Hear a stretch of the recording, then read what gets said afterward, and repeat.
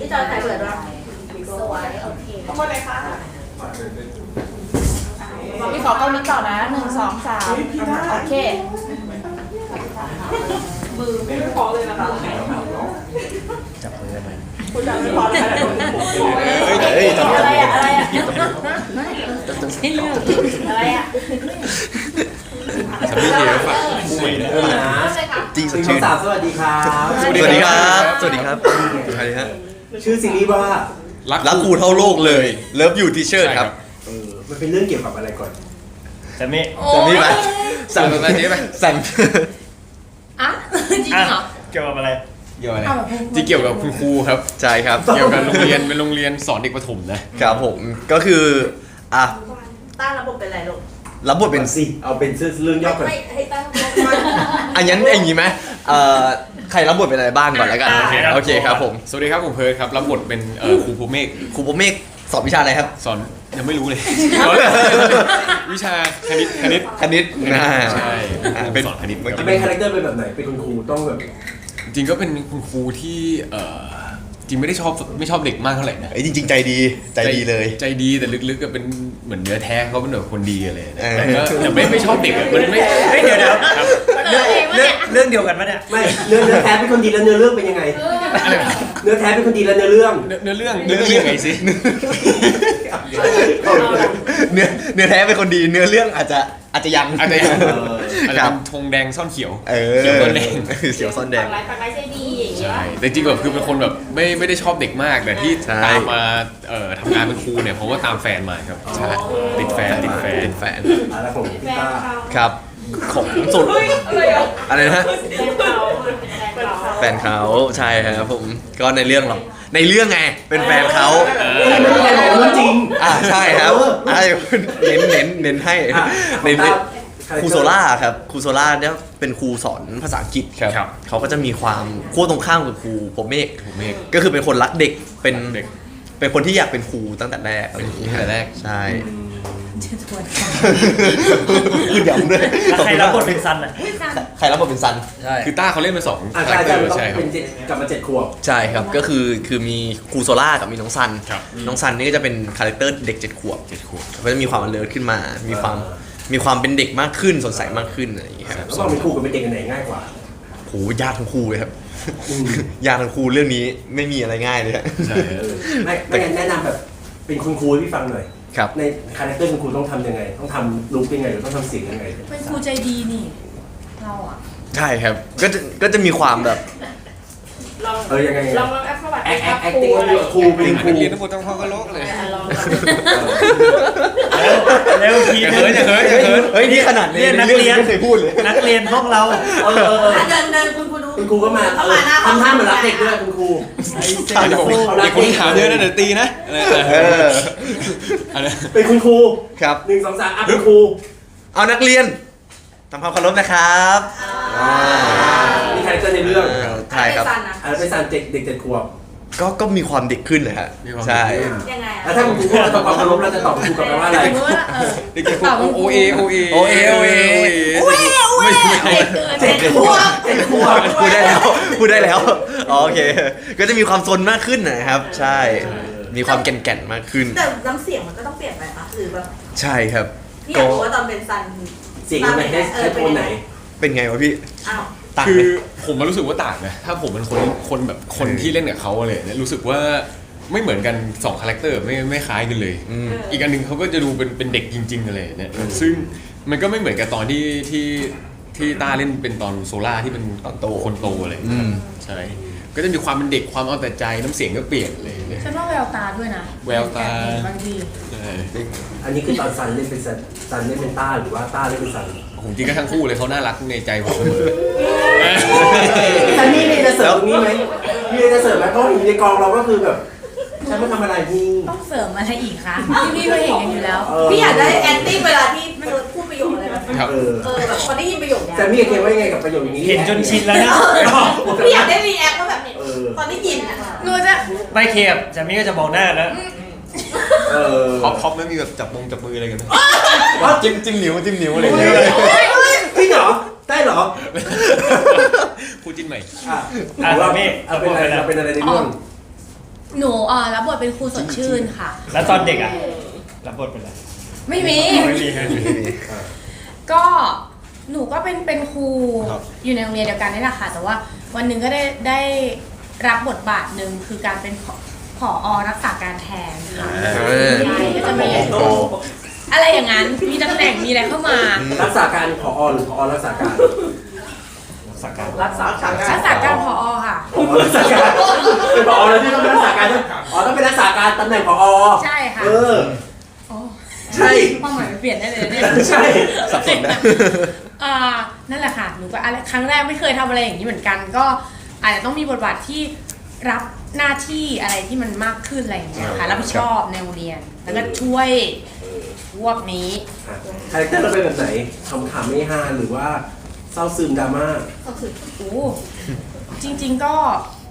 รวมๆนะคะ เพราะมันมีพาร์ทที่มันแบบซีเรียสด้วยอะไรอย่างเงี้ยแต่ว่าถ้าปกติเลยก็แบบก็อยู่กันสนุกสนานค่ะในโรงเรียน เขาบอกว่าซีรีส์เรื่องนี้เป็นคอมเมดี้สนุกนะ ใคร ฮะ ตลกสุด กี่โมง บอกแล้วเก่งแล้วหรือว่ามือกันมาเนี่ยเรียนเดียวกันไหม ผมว่าครบรถเรื่องเนี้ย จริงครบรถครับ อย่างของเกเป็น ครับผมเครับบทเป็นครูจี้ครับ จริง ครูจี้เป็นรู้จักกับผมเมฆตั้งแต่เด็กเป็นเพื่อนกันตั้งแต่วัยเด็ก แล้วก็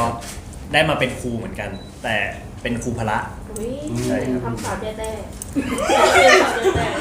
คุณมาละ เรื่องนี้ไม่มีไหมโชว์ได้ไม่มี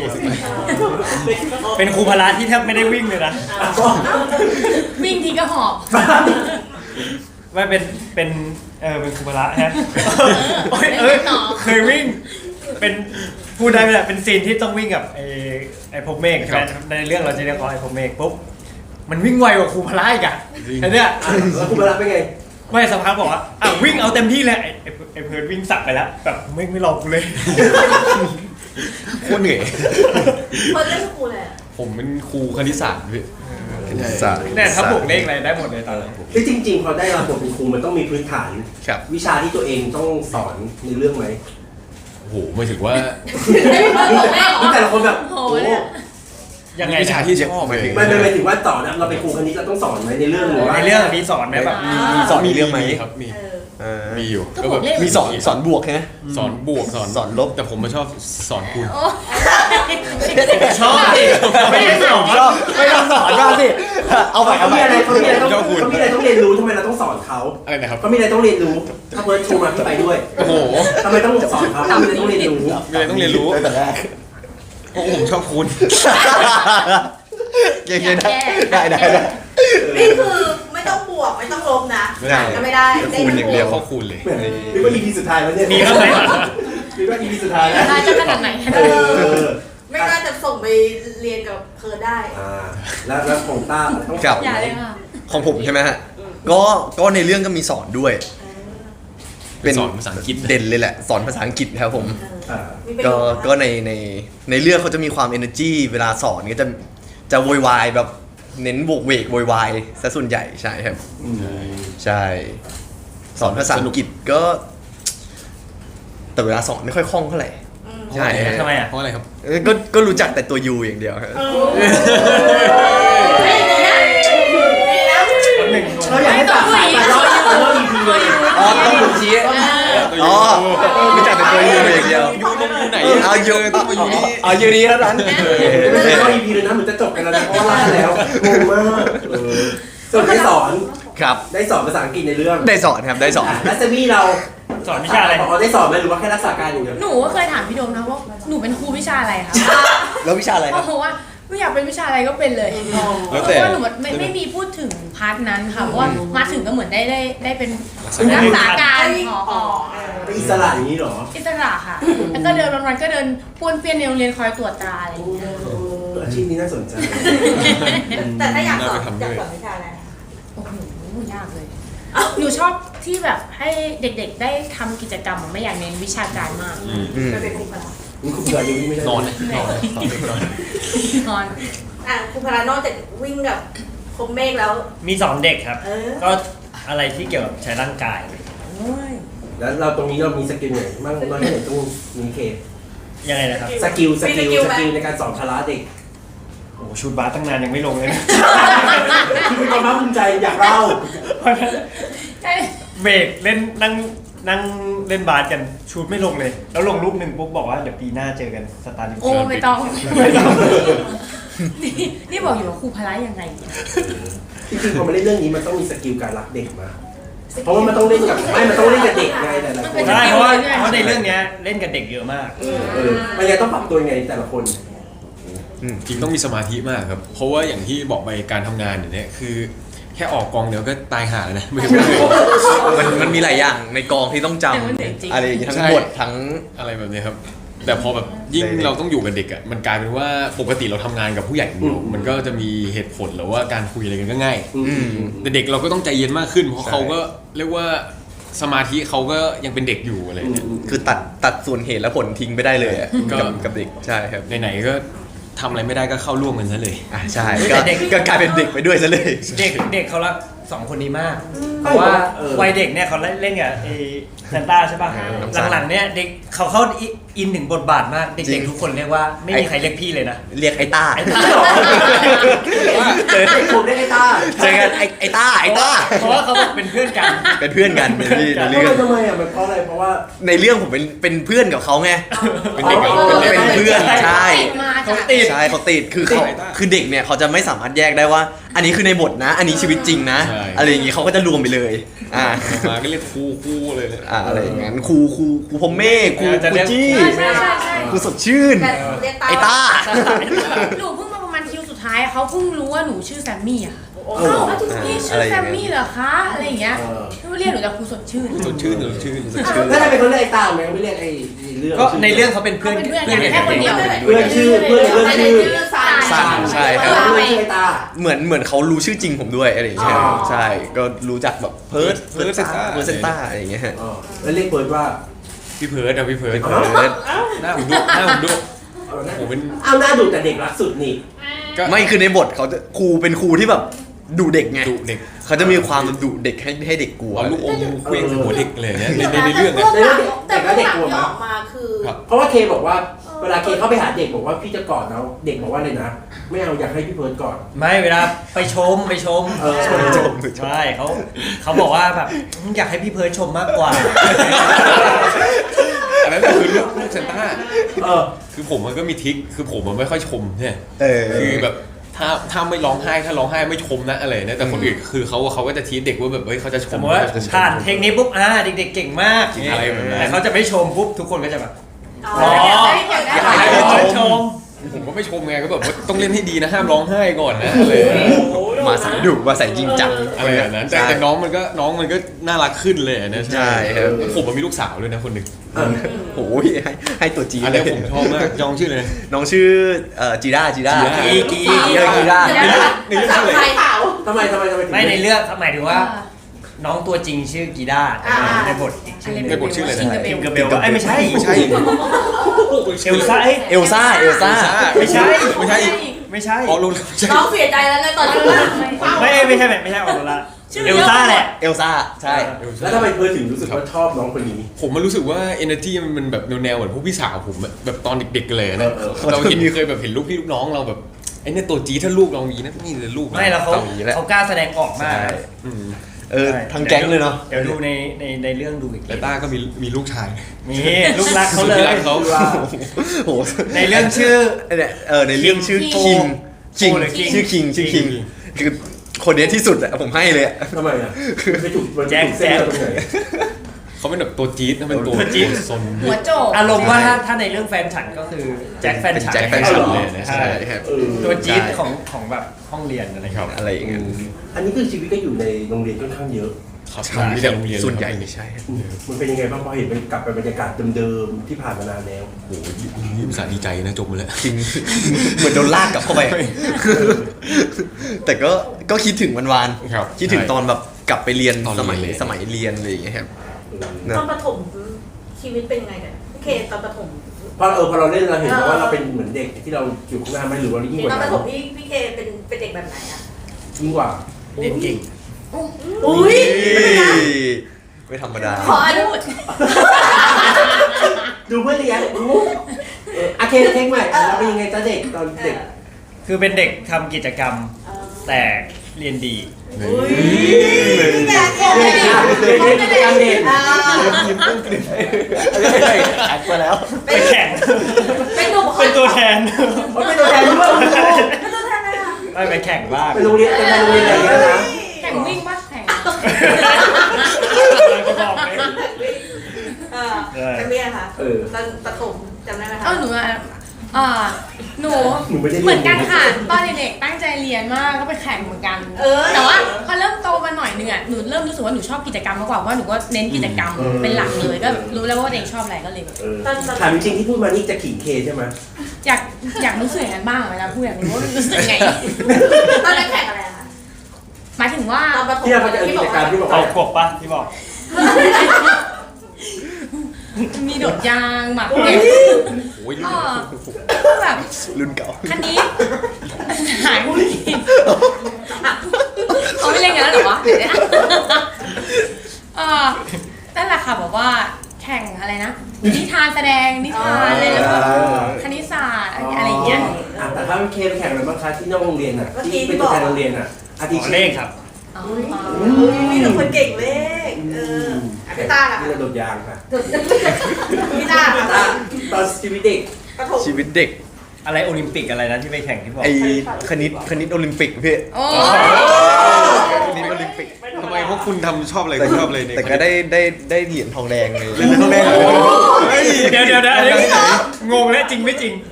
จริงไม่จริง ไม่น่าจริง จริงไหมเนี่ยใช่จริงป่ะ ทำไม ใช่หรือเปล่าไม่รู้ใช่รายการอันนี้หรือเปล่า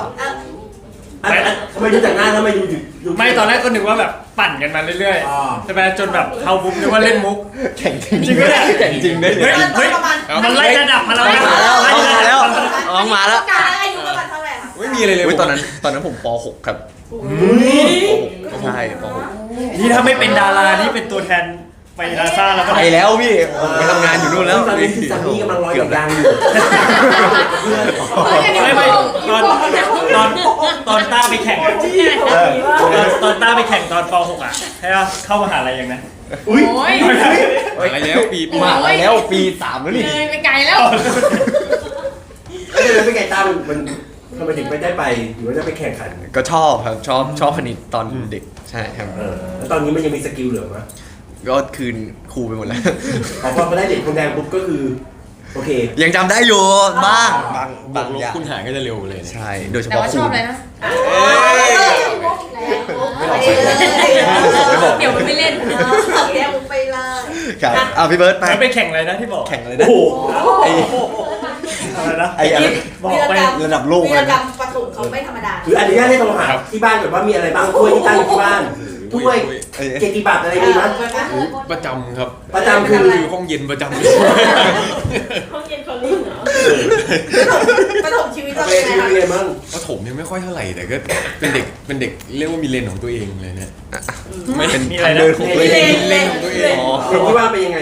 เลนที่ว่าเราเป็นแบบเด็กชอบแบบ กิจกรรม แบบศึกษานอกห้องส่วนใหญ่ มันเป็นวิชาเกี่ยวกับอะไรมันเป็นวิชาเกี่ยวกับอะไรศึกษา วิชาตามใจฉัน ตั้งใจฉันด้วย จริงเราเกิดเป็นมนุษย์ใช่ไหมเราก็ต้องเรียนรู้เพราะว่าเราอยู่กันมาเป็นล้านปีแล้ว เราไปตั้งกฎเกณฑ์อะไรขึ้นมาก็ไม่รู้ รู้แล้วแกมีเลนอะไร เรียนอะไร เลนพี กิเลส พวกคุณได้แนวอีกนะ ก็ชอบดนตรีสมัยก่อนก็เล่นดนตรีเลยนะฮะรู้สึกว่ามันกว่า ประถมนะนะ ใช่ผมเล่นอิเล็กโทรนมาก่อนเลย นี่อะไรนะ อิเล็กโทรนมันจะเป็นแบบ คีย์บอร์ดเหรอ มันคล้ายๆคีย์บอร์ดแต่มีสองชั้นมันจะมี2ชั้น แล้วเคยเป็นอังกะลุงปะอะไรเด็ก คืออะไรก่อน จริง เด็กยุคนี้ไม่รู้จักนะลุงแล้วนะ เราถามตาดูว่าตารู้จักปะตารู้จักไหม รู้จักครู อย่ามา คุย เคยตอนเรียนมีปะ ทำไมมันดีไง ตอนเรียนมีปะสอนอะ มี มีเหมือนกัน มีเหรอ รุ่นผมไม่มีแล้วพี่ ไม่มีอะ มีไหมมีแบบว่าความทรงจำในวัยเด็กที่แบบตอนประถมเราทำวีรกรรมอะไรไว้บ้างอะไรเงี้ย มีจักรรม หรือมีครูที่แบบ ลักษณะที่เราจำได้ไหมตอนสมัยเด็กๆอะ หรือเราจำอะไร หรือเราทำอะไรให้ครูจำง่ายกว่า อุ้ยอย่างหลังอุ้ยอย่าให้เล่าว ายเล่าเลย ของใครก่อน เออ ใคร โอนอย่างงี้บ้าง อ่ะเริ่มต้นที่เปิดก่อน ใครจะขิงก่อน หมายถึงว่าจำชื่อครูคนไหนได้เลย ไม่ใช่ วีรกรรม วีรกรรมที่ทำให้ครูจำอะ เราอย่างเงี้ยวีรกรรมที่ทำให้ครูจำเราอ่ะ โอ้เขาจำได้ทุกนี้ก็ยังจำผมได้เลยมั้งจำชื่อเขาได้เลยเขาชื่อปิยะ แล้วเราทำอะไรเขาอะ อะไรนะครับ เราสร้างวีรกรรมอะไรไว้ โอ้ยนี่ก็สนิทกันนะฮะเหมือนเขาเหมือนเป็นพ่อผมเลยแหละก็แบบตามไปเรียนตามเลยเนี่ย ทำไมถึง เข้าไป ตาม นั่งเรียนด้วยกัน ติดเพลินเดินเล่นเลย ปล่อยไปเลย ก็คือเขาตามเราไปเรียนเหรอ ตามไปเรียนตามเลย ส่วนใหญ่ครูจะตามพี่เพิร์ดยังไงคะ ครูสมัยก่อนผมแสบมาก คือเขาจะมีเบอร์ผู้ปกครองอยู่ในสมุด ในสมุด ห้องปกครองใช่ไหมฮะก็ไปนั่งลบชื่อแล้วให้โทรเข้าเบอร์เราอะ อ่ะ แล้วครูมาก็กดใส่ ที่เหลือเบอร์ ใช่แต่ก็จบมาได้หมายถึงว่า ดัดเสียง เพราะอาจารย์เขาก็ทำให้เราแบบเราจบมายันปี4ได้เลย แล้วเป็นไงบ้างพอมองกลับไปในสิ่งที่เราสร้างสรรค์มา ผมชอบนะผมรู้สึก โอ้ ว่า ชอบด้วย รู้สึกว่า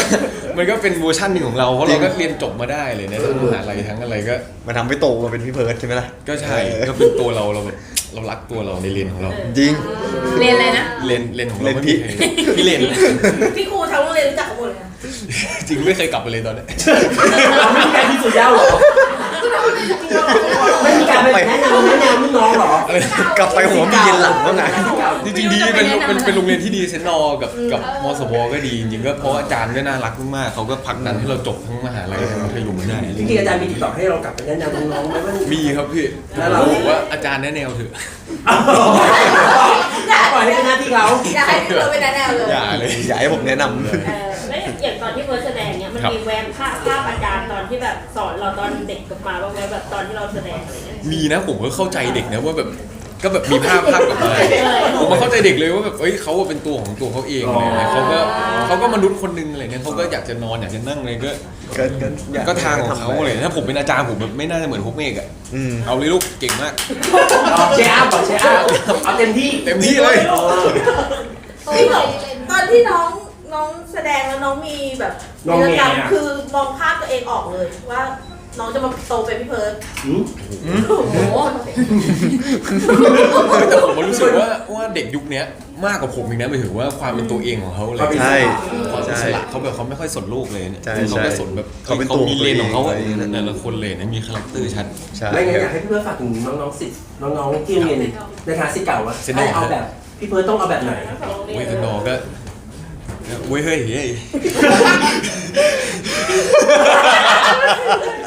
มันแต่จริงสนุกผมรักเซนดอร์นะผมรู้สึกว่ามันเป็นกฎเป็นเกณฑ์ระเบียบเดียวหมายถึงว่าขั้นตอนพี่น้องอะครับหมายถึงว่ารุ่นพี่รุ่นน้องมันชัดดีครับ สายสัมพันธ์ สายสัมพันธ์เลยเนี่ยมันเคารพกันดีครับ พี่เพิร์ดมีรุ่นน้องที่ มีสิ ไม่ใช่หมายถึงพี่เราการว่าแวดวงเดียวกันนะ แวดวงในวงการเนี่ยครับไม่ค่อยครับส่วนใหญ่ไปโอ้โหสักเต็มตัวไปเลยตอนนี้ ในค่ายไม่มีเด็กคนนึง ไม่มีใครวะ ใคร เซนดอร์เหมือนจะ ใครวะ โอมครับวันนั้นคุยตกใจอยู่โอม พวัตนะ ไม่ใช่โอมวัน รุ่นน้องเหรอ โอมเลยนะโอม โอมที่เหรอ โอมที่พีเคใช่โอมมาร์คใช่เขาเรียนโรงเรียนเซนดอร์แล้วเขาแบบ เป็นเซนดอร์สองคนที่ไม่เหมือนกันเลย เนอะ ดูดี ไม่เหมือนกันเลย จะเป็นหลักสูตร มีเลนของตัวเองมีเลนของตัว เป็น เอ หลั ง กสูตร พี่ต้าค่ะ ครับ ตอนสมัยเรียนมีไหมคะมีโมเมนต์มี หรือว่าเราเป็นเด็กเรียนตั้งแต่เด็กเลย ลูกหลาน ก็โอลิมปิกอะนะ ก็ส่วนใหญ่ก็จำได้ในแบบเด็กแข่ง ตัวตึงเรียน ก็ตึงเรียน วงทูบีนะ จำได้แต่เหรียญที่ได้นะ จำแต่เหรียญที่ได้จำตำแหน่งได้ อุ้ยพูดตอนนี้ต้องปฏิบัติ ถ้าตอนนั้นเข้าไปในโรงเรียน จะแนะนำเซนต้าต้องแนะนำว่าอะไรมีตำแหน่งอะไร ตำแหน่ง เราป๊อปปูล่าในโรงเรียนพอเราแบบว่าไปตัวแทนโรงเรียนนู่นนี่น้องๆวีดวันหรือน้องๆเอาเราไปเดามา ก็น่าจะคือโรงเรียนผมมันมีชุมนุม to be number one ครับผมใช่ก็เคยอยู่ใช่ครับผมแล้วก็น่าจะยังติดป้ายอยู่ทุกวันนี้ ใช่ครับ นี่ ตอนเด็กๆใส่แว่น สี่ มา หมดแล้วมั้งไป เอ้ยไม่ใส่ตอนเด็กๆไม่ได้ใส่ครับ ถือเป็นลูกรักครูเลยไหม ก็ กิจกรรมดี ก็ไม่ค่อยอยากเท่าไหร่ ตาเรียนเก่งมั้ย ครับ 4.0หมดเลยไหมหรือว่า 5 ป่ะ 400ไป เออ ประมาณนั้นครับผมส่วนใหญ่ก็จะ โอ้ย 3.9 หันมามองฝั่งนี้ เฮ้ยเพราะตอนนั้น ตอนนั้นน่ะ 2.9 เฮ้ย เฮ้ยต่างกันหนึ่งเอง แต่ไม่ติดล้อ มีแดงๆมั้างปะ ไม่มีแดงเลย อ๋อ ไม่ได้ถามว่าพอสอบเสร็จต้องกลับไปโรงเรียนอีกหรือเปล่า อะไรนะ ไปซ้อม ไม่ใช่ ไม่มี ไม่มีฝั่งนู้น เราเรียกว่าตามเพื่อน เอาตัวรอดเก่ง บริหารใช่บริหาร จริงจริง บริวารเราเยอะ ไม่แปลกใจว่าเพื่อน เรามีเต้นไปแต่เรื่อยๆ แต่ประมาณนั้น2.9เลยไม่ค่อยตกเลย โดนแน่ แล้วพี่นักเบี้ยค่ะ แซมมี่กับเคจะเอาใครก่อนใครอยากเล่าก่อนเพราะว่า พร้อมกันอ่า คิดหน้าดี วีร นะ กรรมก็ส่วนมากก็เป็นเรื่องที่ดีๆหมดเลยนะคะ แต่ว่ามีบ้างบางทีที่มันเป็นช่วงที่เราแบบ ตอบตามความจริงตอบตามความจริง เอาเรื่องไม่ดีดีกว่าเรื่องดีใครๆก็เล่าไปได้หมดแล้ว เรื่องดีๆแล้วเดี๋ยวเล่าเรื่องไม่ดีดูบ้าง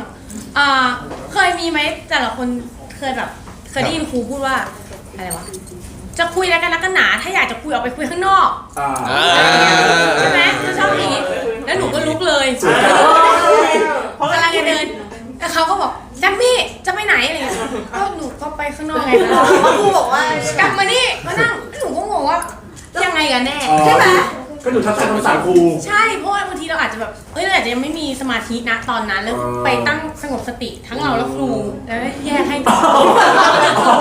ให้ครูไปตั้งสติด้วย กำลังบอกว่าขึ้นอยู่เหมือนกันไงแล้วก็เลยแบบเดี๋ยวเผื่อเห็นหน้าแล้วคือณตอนนั้นก็ยอมรับว่าคุยเมาส์กับเพื่อนอะไรอย่างเงี้ยแบบก็มีบ้างที่เราโฟกัสน้อยแบบพอครูพูดก็เดี๋ยวออกไปข้างนอกก่อนดีกว่าอะไรอย่างเงี้ย เด็กไม่เห็นผล อะไรแบบนั้นจะเป็นอะไรประมาณนั้นมากกว่า นี่ดีเลยโอเคเป็นไงชีวิตเรา คำถามอะไรนะพี่ มองในตอน ไม่ผมมาเจอครูมาเยอะมาก เพราะผมย้ายโรงเรียนหลายโรงเรียน มัธยมได้4โรงเรียน ทำไมอ่ะ โอ้โห ไม่เพราะผมเรียนที่ต่างประเทศด้วย อ่า ก็คือเจอครูหลายรูปแบบอะไรอย่างเงี้ยก็ ส่วนใหญ่ผมอาจจะมีเพื่อนเยอะ เพราะว่าย้ายโรงเรียนเยอะอะไรอย่างเงี้ยถามว่าวีรกรรมหลักๆอ่ะไม่ค่อยเป็นสายแบบมีวีรกรรมอะไรเยอะ แต่หลักๆ จะเป็นแบบชอบติดเกมมากกว่าอะไรอย่างเงี้ยครับก็จะอยู่กับกลุ่มเพื่อนเป็นหลักไม่ได้มีอะไรเป็น แต่เรียน เป็น ก็ วีร คือก รรม เรียน ขึ้นมา เรียนบ้างใช่เรียนแค่วิชาที่ตัวเองชอบถนัดแล้วก็จะเอาดีด้านนั้นไปเลย เฮ้ยแต่ผมไม่อยากไปต่างประเทศเพราะพี่เลยนะเป็นสมัยก่อน เฮ้ย เฮ้ยแบบสมัยก่อนสอนแบบอะไรนะพาไปเรียนฮะดูแบบแม่งฟิลดีเฮ้ย ไปไหมเดี๋ยวพาไป ไปเลยนะตอนเนี้ย เพิร์ดอเมริกา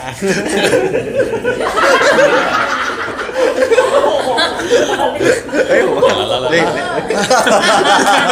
อันนี้ไม่ต้องอันนี้ไม่ต้อง ถ้าเมื่อกี้บอกว่าเด็กๆมีแบบนี้ ครับ แล้วในกองใครดื้อสุด กอง ในกองใครเป็นเด็กสุด หมายถึงว่า อ้าวจะชี้เลยเหรอ ใน10คนนี้เหรอ มีความเป็นเด็กสูง ไม่ใช่อายุหมายถึงมีความเป็นเด็กสูง ความเป็นเด็กสูง ใช่ โอ้โหถ้า พี่เบิร์ดวาตา เหตุผลคือ เป็นความเป็นเด็กสูงใช่ไหมเพราะว่าเขาก็อายุน้อยสุดเขาก็เป็นมักเน่ในเรื่องนี้ด้วยใช่ไหมเขาก็เป็นมักเน่แล้ว ใช่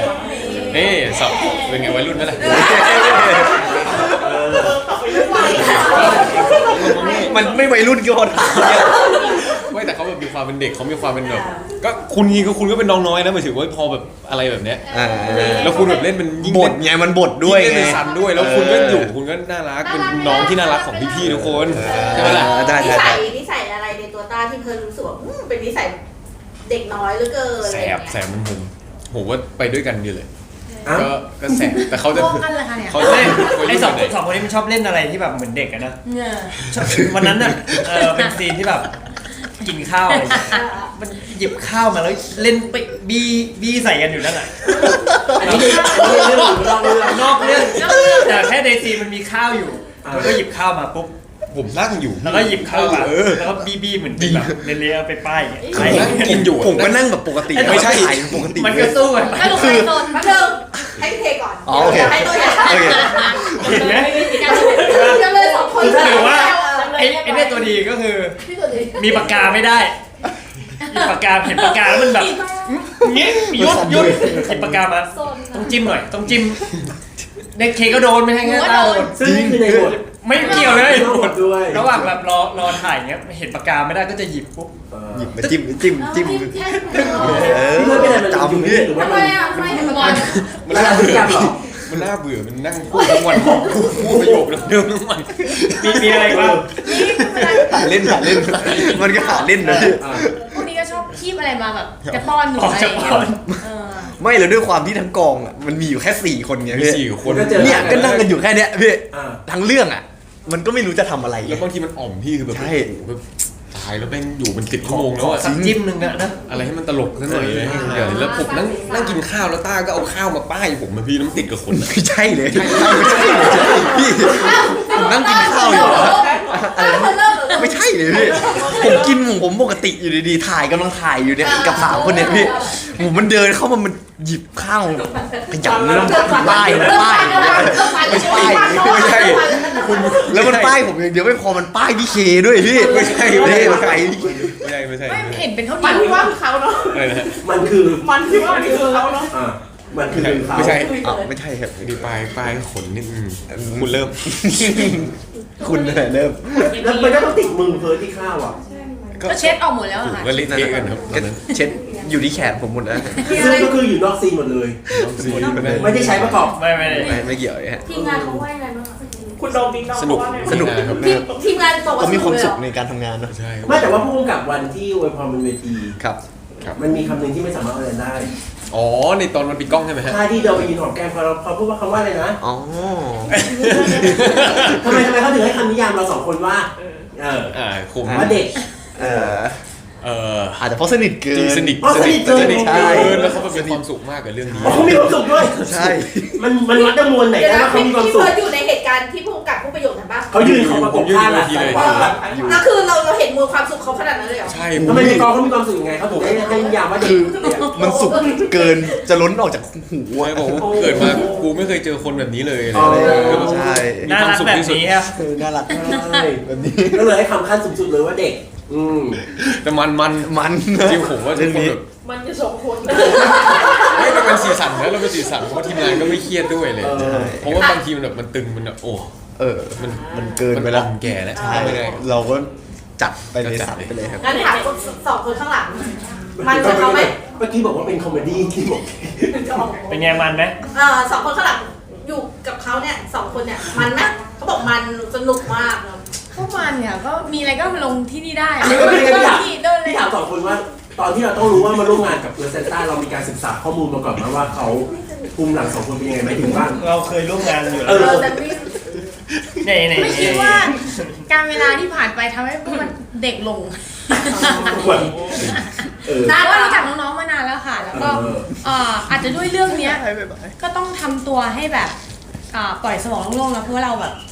ถ่ายกับเด็กอะไรอย่างเงี้ยที่ทุกคนเห็นได้เลยค่ะ เด็กไว้ที่2 คน ถ่ายกับเด็กแล้วก็ลงเด็กกันนี้ อย่างปกติแบบซัมมี่ก็จะเป็นคน alert อยู่เหมือนกัน พอเจอ2 คนนี้ทำไมถึงแบบว่าดูเราดูอ่อมไปเลยบอกจะมาทำอะไรที่นี่ ก็ดูนิ่งไปเลยอ่ะ พวกเขาอย่างที่เห็นเนี่ยค่ะเขาก็อยู่อย่างเงี้ยกัน2 คนซึ่งแบบไม่ต้องถึงมือเรา ที่จริงเราไม่เคยถามเขา2 คนแล้วว่าเขาคุยอะไรกันเขาทำอะไรกัน เวลาเขามอง เคยแอบฟังนะคะก็ไม่เข้าใจนะ ยังไงฟังยังไงเวลาฟังเขาฟังยังไง แค่แอบดูเละๆเนี่ยเวลาเขาเล่นกันเนี่ยเขาก็จะอะไรอย่างที่ฟิวปั้นข้าวอย่างเงี้ยตอนนอนตอนอะไรก็จะแบบกันตลอดเวลาใช่ไหมเค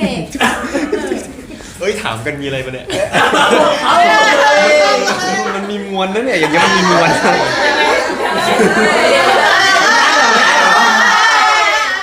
อะไรวะเนี่ย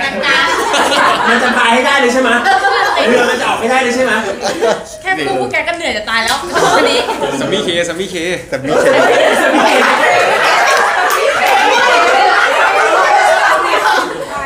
ไมต้องเป็นสมิเคอ่ะ ไอ้นี่ก็เถียงอะไรหน่อยสิอยาก พี่เคเป็นไงเห็นเพิร์ดกับซันต้าในกองเขาเป็นยังไง ก็เป็นอย่างเงี้ยครับเป็นอย่างที่เห็นเลย โอ้สั้นๆเลย เรามีสงสัยไหมเวลาเขาคุยกันเขาสื่อสารภาษาอะไรกันอย่างเงี้ย เข้าใจกัน2 คนดีไง ยิงได้ มันคนไม่ค่อยเข้าใจพวกผมเลย นะถูกต้อง ทำไมวะพี่ มึงจริง เล่นกันอยู่2 คน ทำไมวะ ทำไมวะ ก็เหมือนโลกมีอยู่เท่านี้ค่ะ ถ้าให้โหวตนะ ครับ พี่เคให้ใคร ผม ใคร ว่า โดนหนึ่ง เสมอกัน เสมอ เวลาโดนแกล้งนี่ก็ไม่ยอม นี่โดนแกล้งนี่ก็ไม่ยอมอะไรอย่างเงี้ยหมายถึง ไป ว่า เรื่อย ง่ายไม่มีหยุด ๆจนบางทีมันหาที่ลงไม่ได้ก็มาลงกับเราเนี่ยแหละ ที่แกล้งๆกันอยู่ คิดว่าเสมอกันเลยพอกันครับ แต่พี่อะ พอ ห กัน นู นะ ว่างั้น แล้วแต่วันไหนใครดีดอะไรเงี้ยก็มากหน่อย สลับกัน ถ้าเรียกเคมีเขาสองคนเราอยากรู้เรียกเคมีเขาสองคน อื ว่าม เราเห็นเราก็รู้สึกไงชอบไหมหรือว่าไง อยาก เคมีฟิสิกส์ ชีวังไหม ยังไงนะยังหมายถึงยังไงนะ จริงใครเรื่องเราคู่กันไหมเนี่ยแซมมี่กับเคนพี่อยากรู้นะ อ่ะ ก็อยากรู้เลยไม่พอเปิดไม่รู้สึกว่าต้องตามตลอดนี่ก็เริ่มไปกับเปิดแล้วเนี่ย ถ้าอยากรู้เนี่ยต้องดูถ้าอยากรู้เนี่ยต้องดูให้จบนะ จริง ไปดู10 ตอนอาจจะไปเฉลยตอนที่ 10 ต้องดูทุกตอนไปก่อนว่าจะมีหรือเป ใน ล่า เมื่อเราเป็นว่าที่กัปตันของเรือเราคิดว่าทำไมต้องเป็นแซมมี่เคนรู้สึกว่ามันมีโมเมนต์ไงในเรื่องไงที่รู้สึกว่าเฮ้ยมันมีโมเมนต์ไม่ฉีกอะไรเงี้ยเพิร์ รู้สึกว่าพี่เคก็น่ารักพี่แซมก็บอยๆอะไรเนี่ย มีความเป็นแมนนะพี่แซม เขาขำไม่มีแต่เขาแต่งตัวเขาแบบจริงๆเขาแบบบอย ดูโอ้ยขาสั้นเฮ้ยเป็นแบนครับเป็นแบนครับนี่ โดนละ แบดบอย เป็นแบนครับ อันนี้พี่สงสัยมากเลยแซมมี่ปกติเราเป็นคนชนะนะเราเข้าแก๊งบ่อยๆเราชนะตลอดทำไมมัน ทำไมอ่ะ เออหนู เริ่มแปลกแล้ว เราดูแปลกๆเราดูแบบ แปลก ตัวเล็กตัวน้อย เราไม่สู้หรอกเราไม่แพ้กลุ่มบอยนะทำไมวันนี้เรารู้สึกแบบว่าดูแบบ พี่มัน3-1อ่ะ แต่เราก็เคยชนะมาหมดแล้วมากวันนี้ก็ยังทำมาแล้วนะ เป็นบอยเสีย ๆ ทรง ตัว ว่ะ มึงอย่ามาขาดทีเล แล้ว ย สังเกตนะไม่มองข้างๆเลยนะมองตรงอย่างเดียว อันนี้เราคุยเรื่องอะไรเนี่ย ไม่รู้ไงตรงนี้ได้ไง เ แพ้ว่าหนูต้องไปคิดแล้วทำกันบ้านแล้ว เพราะตอนแรกคิดว่าจะมีแบบว่า4คนไม่มีใครฟังกันเลยในกอง เพราะว่าแต่ละคนก็คือพูดเก่งกันหมด ครับ นี่ไงหนูรับฟังให้ ก็เนี่ยพี่หนูว่าหนูแปลกไงวันนี้ปกติหนูต้องเป็นคนแบบวันนี้เราดูเงียบๆนะเราดูเรียบร้อยนะ หนูเปลี่ยนไปแล้ว ถามพี่หรือถามหนู ทำตัวเอง ถ้าชมมาอย่างนี้หนูเปลี่ยนเพราะอะไรล่ะหนู เพราะว่าอะไรนะเพิร์ด คนละข้างหรือเปล่า คือคำนี้ผมว่า นอกจากติดแฮชแท็กซีนี้แล้วมีด้วยให้ดูเพิร์ดจะได้มีด้วย ไปดูในเรื่องดีๆนะ คือเขาอาจจะไม่ได้เล่าตรงๆนี่แต่ต้องจับสังเกต ครับ จับพิรุษระหว่างสองคนนี้ มันจิ้นได้ใช่ไหมมันมีการไม่ต้องได้ใช่ไหม เรามีเบื้องหลังเท่ไหม ไม่เพราะว่าทุกหลายๆซีนที่เนี่ยเขาอยู่ห้องกัน2คนเนี่ยเราต้องมาพร้อมกันเพื่อมาหาเขา เอ แล้ว อหวานเรามาพบกันได้ยังไง นั่นเลย ระหว่าง มาเจอกันไง ระหว่างทาง โอเคใช่ไหม กลับผู้สวยงาม แล้วแต่เลยครับ แต่ไม่เคอาจจะเชิญแบบมาสู้เพอร์เซนต้าได้นะมีไหมโมเมนต์ได้ไหม เสียทรงยังไม่อยากจะเชื่อเลยเนาะ จริงอ่ะงงเห็นปะ ต้องถามแล้วความฟินนะคะฟินแค่ไหนในเรื่องนี้ ผมว่าครบรถในเรื่องเนี้ย ครบรถมาก จริงมีความน่ารักความโรแมนติกเลยนะครับมีความแบบเพื่อนฝูงกัน อืม เฮฮามีดราม่าแน่นอนเลยนะแบบน้ำตาแตกแน่เรื่องนี้ ใช่ครับผม ในพาร์ทดราม่ามันจะเกิดจากอะไรอะ โอ้ โอ้โห เอาแล้ว EP 7 EP 8แล้วเนี่ย น่าจะเป็น ปมที่มันแบบ เป็นจุดที่สำคัญที่สุดของเรื่องเลยเลยกันครับ เป็นจุดที่ขี้ใครทุกอย่าง ใช่มันเหมือนกับตัวละครแบบแบกรับความเหนื่อยมาแบบหลายๆอย่างอะ ใช่ ในแต่ละคนเลยอะนะครับ ใช่ครับจนมันถึงจุดพีค ใช่แบบแก้ปัญหาเรื่องนี้ไม่ได้สักทีอะไรเนี่ยจริงๆต้องไปคอยให้กำลังใจตัวละครกันในเรื่อง ใช่ เลย ครับผมแต่ผมรู้สึกว่าสิ่งที่ทุกคนจะได้รับจากซีรีส์เรื่องนี้ตั้งแต่ดูครั้งแรกเลยคือความเป็นมนุษย์ครับ ทุกคนจะได้เห็นเหมือนตัวละครมาใช้ชีวิตให้ทุกคนดูจริง ๆ อยู่ในโลกของพวกเขาจริง ๆอะไรอย่างนี้ครับทุกคนจะได้สัมผัสถึงความรู้สึกที่คิดถึงตอนเด็กๆอะไรอย่างเงี้ยคิดถึงโรงเรียนคิดถึงเพื่อนสมัยเด็กอะไรอย่างเงี้ยครับ แล้วผมรู้สึกว่าเนี่ยมันเป็นซีรีส์แบบBL เรื่องแรกๆเลยนะครับที่เปิดมาแล้วแบบเพราะอย่างเรื่องมันก็จะเป็นแบบตามจีบกันหรือว่าแบบเจอกันครั้งแรกรักครั้งแรกอะไรเนี่ย อะไรอย่างงี้ อันนี้มันเหมือนหลังจากจบบริบูรณ์จากซีรีส์เรื่องก่อนแล้วมันมาเปิดโลกจากความแบบชีวิตจริงอ่ะเก็ตแบบหมายถึงว่าแบบเรามาใช้ชีวิตกันจริงๆเราเป็นแฟนกันมาแบบจะเป็น10 ปีแล้วนะอะไร อะไรอ เนี่ย ย่างนี้ เพราะอย่างซีรีส์ทั่วไปก็คือปิดฉากจบบริบูรณ์แบบแฮปปี้เอนดิ้งแต่หลังจากนั้นเราก็ ไม่ได้ดูอะไรต่อ ไม่ได้ดู แล้ว อะไรต่อ ครับ อันนี้คือแบบชีวิตของคนที่ ทำงานจริงๆคบกันจริงๆอะไรอย่างเงี้ย ใช่ครับ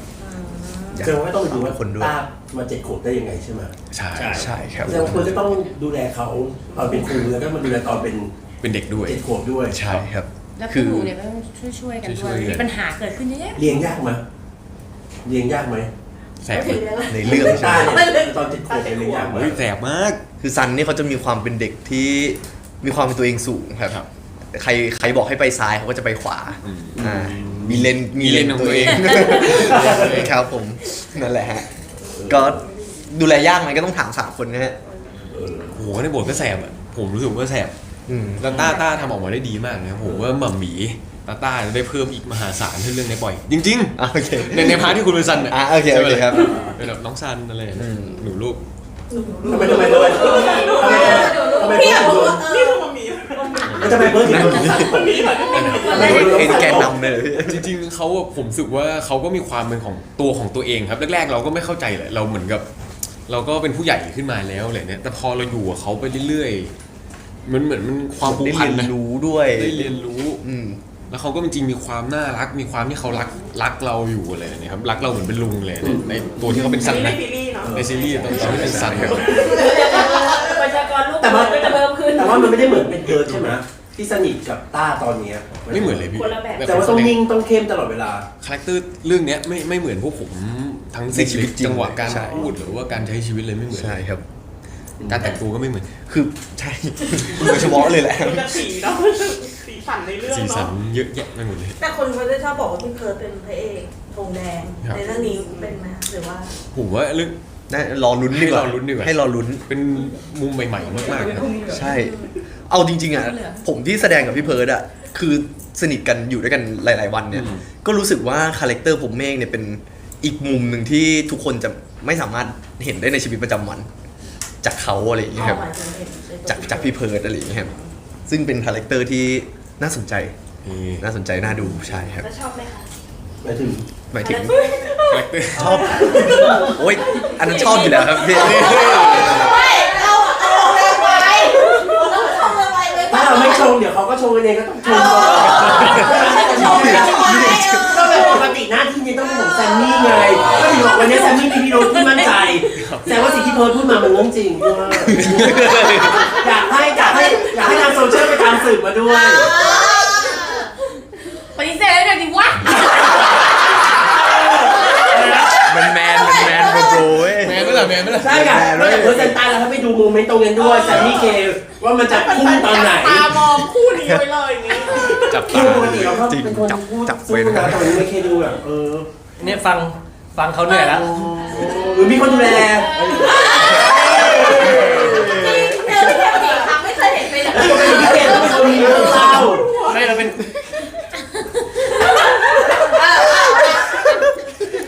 อย่างนั้นเหมือนกันพี่อย่างนั้นเหมือนกัน นั่งเหมือนกันคือจีนเหรอ คือปกติยังไง เหมือนกันดิ ไม่อันนี้กลับมาเรื่องซีรีส์ก่อน ไม่ได้ไปไหนเลย ไม่เกี่ยวแล้ว นี่ในซีรีส์เนี่ย ไม่ปกติอะบทบาทของเคอะที่เห็นกันก็จะเป็นตัวตัวร้ายหน่อยอะไรอย่างเงี้ยเรื่องนี้ก็อยากให้รอติดตามว่าคาแรคเตอร์เปลี่ยนหรือเปล่า ลายแล้วชอบไหมคะตรงนี้ถ้าลายชมว่า ร้ายแต่ก็รักนะ อยากเห็นเขาเล่นแบบไลฟ์ๆจริงๆเลยไม่เคยเห็นค่ะ แต่ว่าในเรื่องนี้ก็ไม่รู้มีหรือเปล่าหรอก เราไม่สนใจคู่หน้าสนใจคู่เราเองเอาไปได้ บอกว่าวันนี้แซมมี่ไม่ชมไอ้พี่ก็จะชมแซมมี่ ไม่คือกลัวผิดหวังเนี่ยชงกันไปในเรื่องมันไม่มีอะไรให้ดูนะคะวันนี้ก็พูดไปเรื่อย แล้วมันมีไหมล่ะความสัมพันธ์คู่เราที่เดินมาตมาอยู่ที่มาเจอคู่นี้ตายอย่าขำ ไม่มีนะ ชอบความที่ทุกคนพยายามช่วยชมกัน ระหว่างทางก่อนมาหาภูเมฆกับโซล่าไง เพราะทั้งเรื่องมันมีแค่4 คนมันต้องเป็นคู่กันแล้ว คือในเรื่องเขาจะไม่ได้เล่าไง เขามีมุมหลังหรอ มีมุมหลัง แล้วหลังเบื้องหลังใต้เราพี่ฟังมา อยากเราลองดีไซน์มาดิว่าอยาก ต้องแบบ ในสายตาเราในสายตาเรา คุณดู2 คนนี้เขาจะรักกันยังไง ระหว่างทางมันเจออะไรมาบ้างอะพี่ ก่อนจะมาเจอโซล่าผมเมฆไปทำอะไรมาบ้าง กูเจอหลังค่ะนี่มันเพิ่งมา เป็นคนชมที่แบบ ไม่เหมือนเด็ก ผมว่ากลับเข้าเรื่องดีกว่า เป็นคนชมที่นี่วะ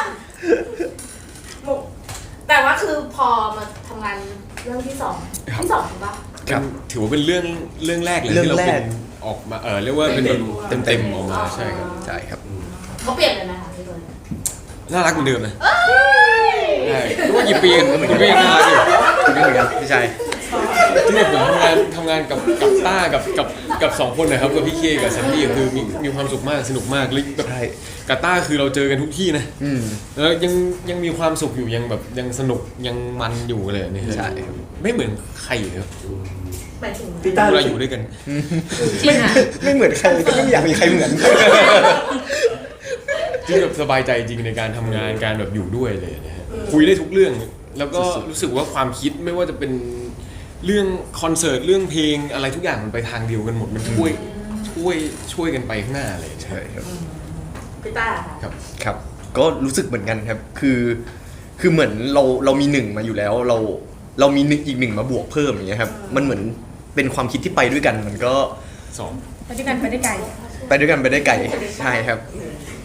ดีมากพี่ ช่วยหา ขอบคุณ จบให้ ใช่ขอบคุณนะ คือมันดีมากพี่เรารู้สึกว่าเป็นการออกกอง คือเรื่องเนี้ยออกกองกับ3 คนเนี้ยรู้สึกไม่เหนื่อยเลยครับ เหนื่อยนะตอนถ่าย ตอนถ่ายเหนื่อย แต่เสร็จออกมาแล้ว มันไม่เหนื่อย ไม่เหนื่อยใช่ครับ คือ พออยู่ มันมีแต่ความสุข ด้วยกัน ใช่ฮะ ถ้าไม่ใช่ต้าหรือว่าใครเนี่ยผมโอ้โหตายแน่เรื่องนี้ คือจริงออกหมายถึงว่าระหว่างทาง10 ชั่วโมงอย่างเงี้ย ใช่ผมว่าออมแน่ จริงครับไม่ทั้งเรื่องคือได้พี่เพิร์ดช่วยไว้จริงๆ มีอะไรก็ เหมือนกัน แซมมี่แซมมี่ เหมือนกันเหมือนกันมั้ง แล้วพี่แซมนะคะ แต่ไหล ร่วมงานเพราะพี่แซมเห็น2 คนนี้มาตั้งแต่แบบ แต่เล็กกันน้อย เป็นยังไงบ้างคะ เล่นตั้งแต่อยู่ในแก๊งเป็นเพื่อนกัน เออ ตอนนี้หนูมาเป็นหัวหน้าแล้วก็น้องๆโตขึ้นค่ะ แล้วก็รู้สึกว่าอุ๊ยอะไรเวลามันผ่านไปไวจัง จริง เนาะแล้วแป๊บๆก็แบบอุ๊ยโตกันประสบความสำเร็จกันได้ขนาดนี้หนูก็แบบภูมิใจยิ่งได้มาเล่นเรื่องนี้ด้วยกันอีกรอบกับเพิร์ดอันนั้นอยู่มาด้วยกันแต่จริงๆเราเคยเล่นด้วยกันด้วยแต่ไม่เคยเข้าซีนด้วยกัน ใช่ เคยเล่นเรื่องเดียวกันแต่ไม่เคยแบบเจอกันเลยในไม่เคยพูดบทกันเลยอะไรเงี้ยแล้วแบบครั้งนี้ได้ร่วมงานจริง ๆ ที่แบบแล้วมีกันอยู่แค่นี้ด้วยอ่ะ น้อย จริง นะ ค่ะมันแบบโอ้เจอกันตลอดอะไรเงี้ย ครับ ณช่วงที่ทำงานอะไรเงี้ยค่ะก็แบบแฮปปี้นะคะแฮปปี้ได้เห็นน้องๆเติบโตขึ้น เขาเปลี่ยนไปเยอะมาก เพราะว่าเคยเล่นเรื่องแรกเคยเล่น ใช่โอ้โห จากวันนั้น เรื่องที่สอง เรื่องที่สองเลย เออ น่าจะ10 ปีแล้วมั้งฮะ เออ ถึงนะ ใกล้แล้ว ใกล้แล้วอีกแป๊บนิดปีกว่าๆน่าจะ10เลย เออเขาเปลี่ยนไปเยอะ งั้น มาก อีกนิดนึงพี่แซมก็50เลย โอ้โหเรื่องนี้ไม่ไว้ใจใครไม่ได้เลยใช่ไหม น้องซันเป็นอย่างลูก นี่น้องสั้นแบบนี้น้องสั้น เออแต่พี่เพิร์ดก็เปลี่ยนไปเยอะหมายถึงว่าเขาเป็นยังไงบ้าง ก็ไม่ค่อยนะคะ แต่หนูว่าน่าจะโตขึ้นด้วยแหละเพราะตัวหนูเองอะมานั่งนึกย้อนตัวเองเหมือนที่พี่บอกอะไรเงี้ยหนูก็สัมผัสได้ว่าหนูก็มีความนิ่งขึ้น อาจจะด้วยหนูโตขึ้นด้วยหรือเปล่าอะไรเงี้ยก็จะรู้สัมผัสได้เหมือนกันกับน้องๆอะไรอย่างเงี้ยว่าแบบ ตอนที่เรารู้จักกันสมัยนั้น ก็จะเป็นอีกอย่างนึงก็จะแบบเด็กน้อยอะไรอย่างเงี้ย พี่เกทำงานกับ3 คนนี้ครั้งแรกป่ะ ใช่ ใช่ แล้วครั้งที่ 2 อย่างนี้ค่ะ เป็นไงมันได้มันเป็นเหมือนที่คิดไว้ไหม ตอนนี้ ที่เจอเนี่ยพอมาเจอมวลเนี้ย ก็ชิลครับไม่ได้มีอะไรแบบทำงานไม่ได้ยากไม่ได้มีปัญหา ไม่ได้ยากไม่ได้ง่าย แต่อยากไปเจอเรื่องตีต่อยกับพี่เคนะ ใช่ครับเพราะว่าปกติก็เป็นคนแกนนำในหัวหน้าแก๊งฝั่งตรงข้ามตลอดเวลา แล้วจริงๆอะผมมาเจอพี่เคแบบมาตั้งแต่ตอนแบบเจอบ้านโอมอะไรพวกเนี้ย เออ แบบรู้สึกอยากเล่นแบบตีต่อยอะเป็นครัว ไม่ เรียบร้อย ได้ เลย ต่อยเขา ไม่ค่อยมันตีต่อย เขาน่าจะต่อยไม่ไหวแล้วแค่เขาวิ่งในเรื่องนี้ไม่ไหว เขาใส่แบส เฮ้ย เขาใส่แบสต่อ ใส่แบสใส่แบส แต่โดยปกติเขาเป็นสายเป็นแก๊งไง ไม่ใช่เป็นแบสหน่อย อีกเรื่องอยากพูดถึงเรื่องคอสตูม ครับ พี่เพิร์ดเราจะได้เห็นคอสตูมในเรื่องในชีวิตจริงไหม ไม่มีทางครับ อันนี้ไม่มีหวังเลยเหรอ เพราะว่าในสิ่งที่เพิร์ดใส่ทุกคนรู้สึกว่ามันใส่แล้วมันดูเข้ากับเรา ครับ ในชีวิตจริงมันจะ คือจริงๆอะผมเป็นนักแสดงผมแบบเล่นได้ทุกบทนะถือว่าเราทำใจได้ที่เราจะแต่งตัวอะไรที่มันแบบในชีวิตจริงเราไม่ใส่แน่นอนเลย รู้สึกว่าไอเนี้ยพบเมฆ คาแรคเตอร์ คาแรคเตอร์ผมไปกองผมก็จะใส่ได้เลย ตอนที่เห็นชุดครั้งแรกที่เขาเอาชุดมาให้ใส่ ก็หนักครับเพื่อน มาดีหนักใจ ยืนจ้องอยู่นานไหมคะแล้วตอนนั้นในหัวคิดอะไรตอนที่เห็น ก็แบบว่าโอ้โหเรียบร้อยยังว่าปกติเราเป็นคนไม่ชอบแต่งตัวตั้งแต่เด็กเราไม่ชอบอะไรที่มันเรียบร้อยเราไม่ชอบอะไรที่มันน่ารักอะไรมันโดนแบบปลูกมาตั้งแต่เด็กๆนะแต่หมายถึงว่าพอเป็นตัวละครเนี่ยคือทำได้เพราะเป็นนักแสดงใช่ไหมมันก็ต้องทำได้ แต่พอนี่จริงๆเขาบอกเดี๋ยวเดินสายโปรโมทหลังจากนี้ต้องแต่งตัวตาม สีสันให้มันมีสีสัน ไม่มีทางเลยไม่มี ไม่เป็นไรเพราะเกรงใจ ก็เป็นเรื่องเป็นพบเมฆโซล่าไงผมออกมาโปรโมท ก็เป็นเพอร์เซนต้า ใช่ไหม แต่ถ้าต้าลองชมว่าใส่แล้วหล่ออย่างเงี้ย ครับออกมาเลยเน็กไทอยู่ไหนด้วย ไอ้บอกพี่ต้าทำไม่ได้พี่ต้าทำไม่ได้ แต่อยากให้ต้าชมเพิร์ดบ้างว่าน่ารักเพราะว่าเพิร์ดชอบชมต้าว่าน่ารัก เห็นเขาใส่เขา ก็น่ารักที่สุดอยู่แล้ว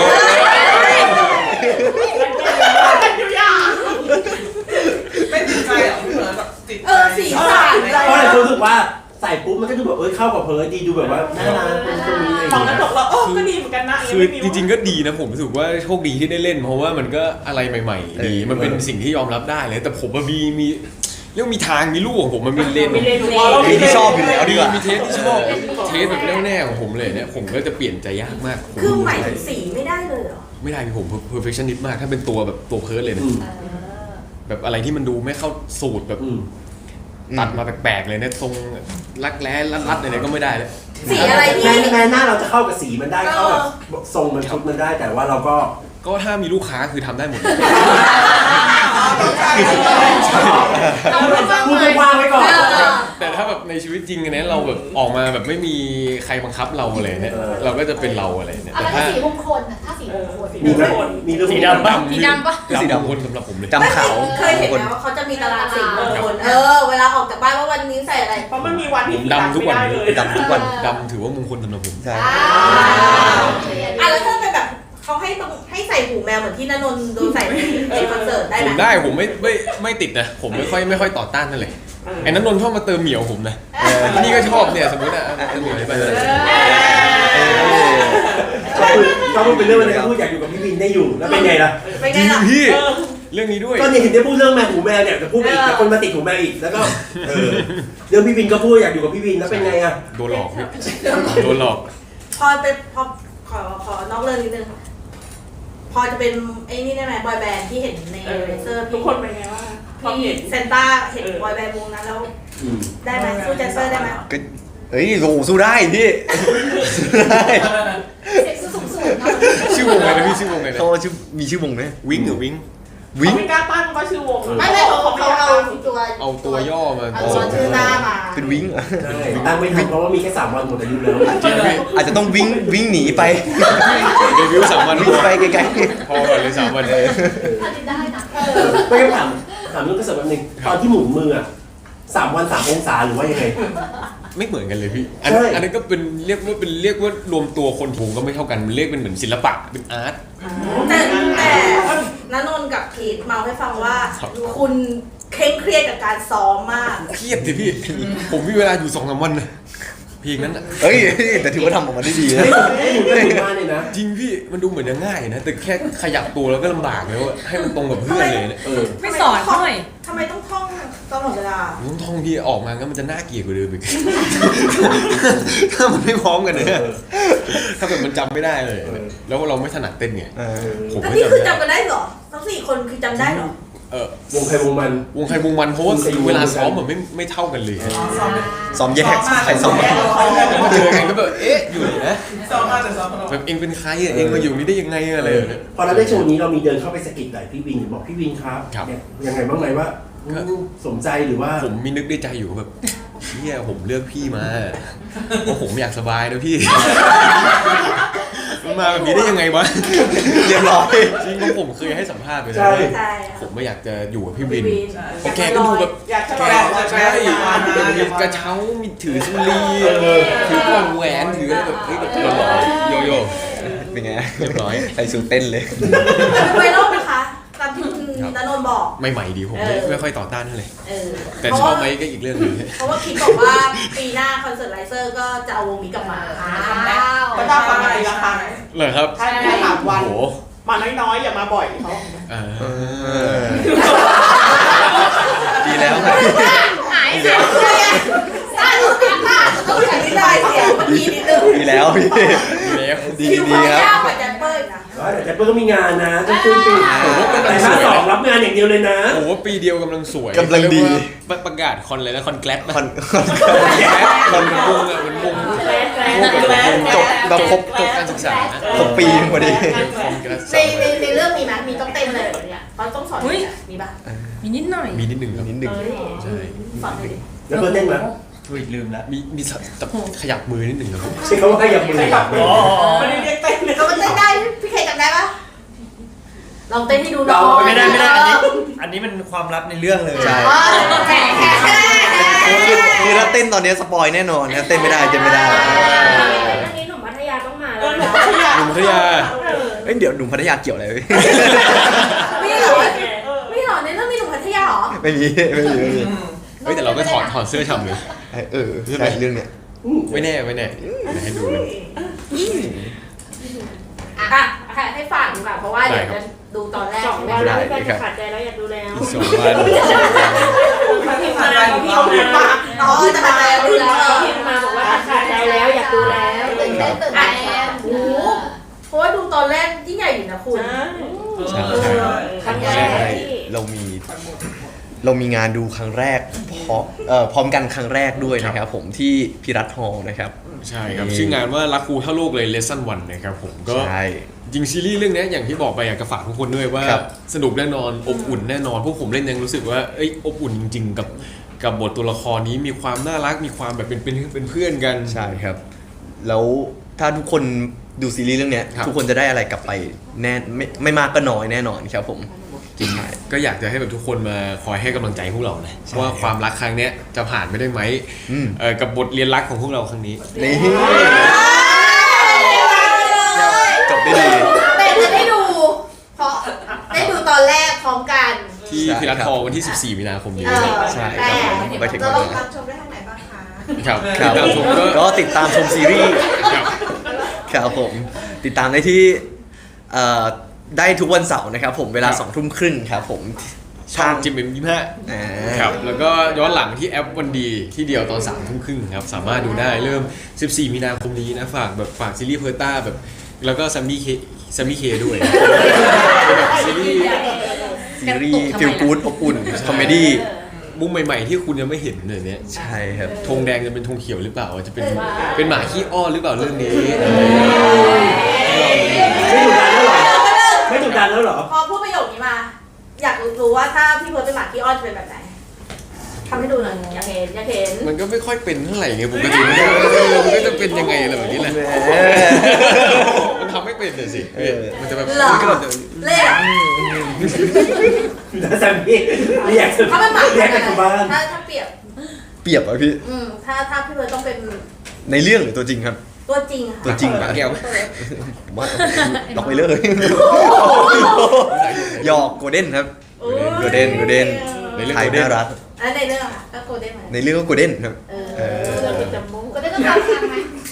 อันนี้ครับ ก็ได้ต้องขอบเขาทางไหม เดี๋ยวไปรอ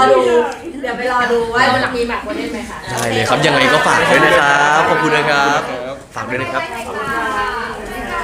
เจอกันที่ เจอกันครับ เจอกันครับ ไปไหมพี่ 14 นี้ ไป เจอกันพี่ โอ้โห